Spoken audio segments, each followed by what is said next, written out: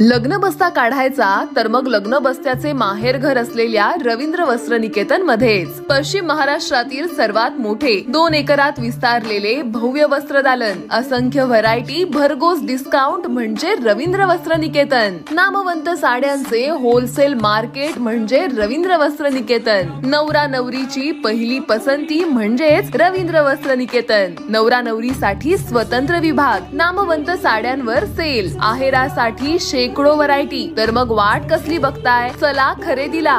रवींद्र वस्त्र निकेतन, सलगरे, तालुका मिरज, जिल्हा सांगली।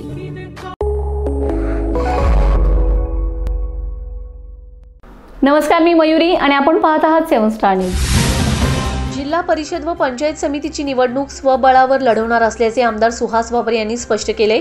राज्यात महायुती आहे, मग जिल्हा परिषद व पंचायत समितीला युती होणार का, असा प्रश्न विचारला असता आमदार बाबर यांनी सांगितले की ताकाला जायचे आणि मोगा कशाला दडवायचा। मी व माझा गट जिल्हा परिषद पंचायत समिती निवडणूक स्वबळावर लढविणार आहे।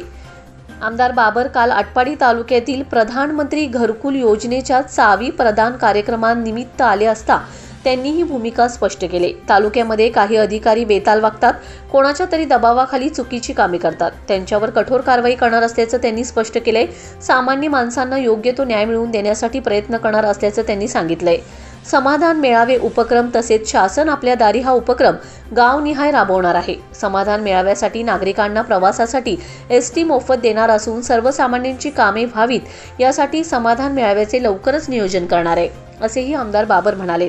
तालुक्यामध्ये जमिनीची बोगस खरेदी पत्र होत आहेत, याबाबत आमदार बाबर यांचे लक्ष वेधले असता ते म्हणालेत की अशा अधिकाऱ्यांची गय केली जाणार नाही। चुकीचे काम करणाऱ्या अधिकाऱ्यांवर योग्य ती कारवाई करण्यात येईल।